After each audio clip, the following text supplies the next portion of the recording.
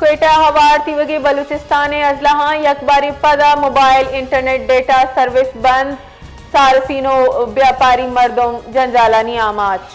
کوئٹہ ہواڑ تیوگی بلوچستان ازلہاں یکباری پدا mobile internet data service بند صارفین و بیاپاری مردم جنجالانی آماج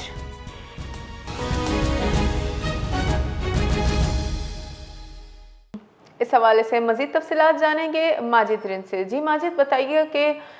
کوئٹہ بھر میں ایک بار پھر سے موبائل انٹرنیٹ ڈیٹا سروس کو بند کر دیا گیا ہے، کیا وجوہات ہیں؟ جی بالکل، آج 12 بجے کے قریب کوئٹہ شہر میں ایک دفعہ پھر سے انٹرنیٹ سروس جو ہے وہ معطل کر دی گئی ہے، جس کے باعث یہاں پہ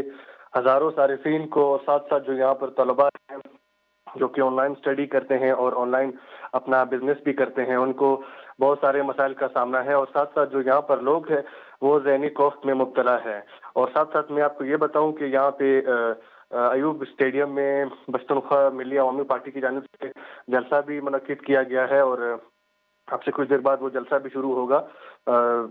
محمود خان کے جو والد ہیں عبدالصمد اچکزئی، ان کی برسی کی مناسبت سے یہ جلسے کا انعقاد کیا گیا ہے۔ اب تک سرکاری حکام سے تاحال اس بات کی کوئی تصدیق نہیں ہوئی ہے کہ آیا انٹرنیٹ کن وجوہات پہ بند کیا گیا ہے، اور یہاں پہ عوام میں شدید تشویش پائی جا رہی ہے۔